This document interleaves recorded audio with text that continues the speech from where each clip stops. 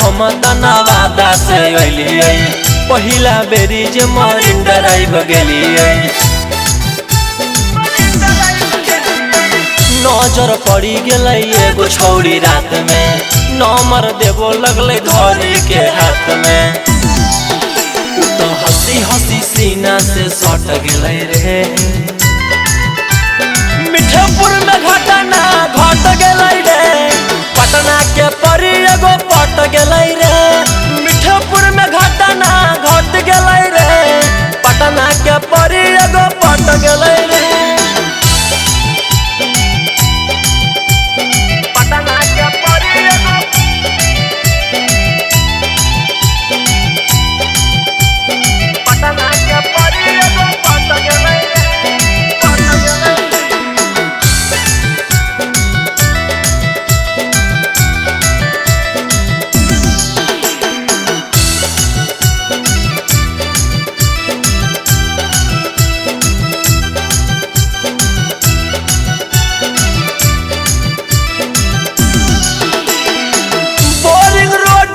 छोला खिलिए Cinepolis में film देखलिए खेतन मार्केट में शॉपिंग करा के गांधी मैदान के चक्कर लगलिए।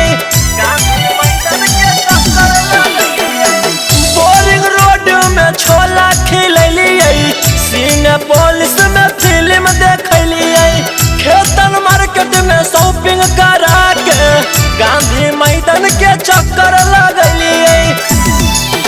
बिना शगुन के फीता कट गई रे। मिठेपुर में घटना घट गई रे पटना के परी एगो पट गई रे। मिठेपुर में घटना घट गई रे पटना के परी एगो पट गई रे। पटना के परी एगो पट गई रे पटना के परी एगो पट गई रे।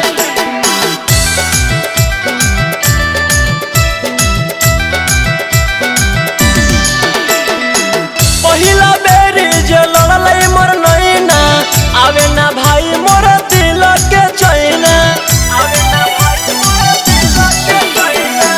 पहिला बेरी जे लड़ले मोर नैना आवे ना भाई मोर दिल के चैना। दिल ओकरे बजा के अटक गई रे। मिठेपुर में घटना घट गई रे पटना के परी एगो पट गई रे।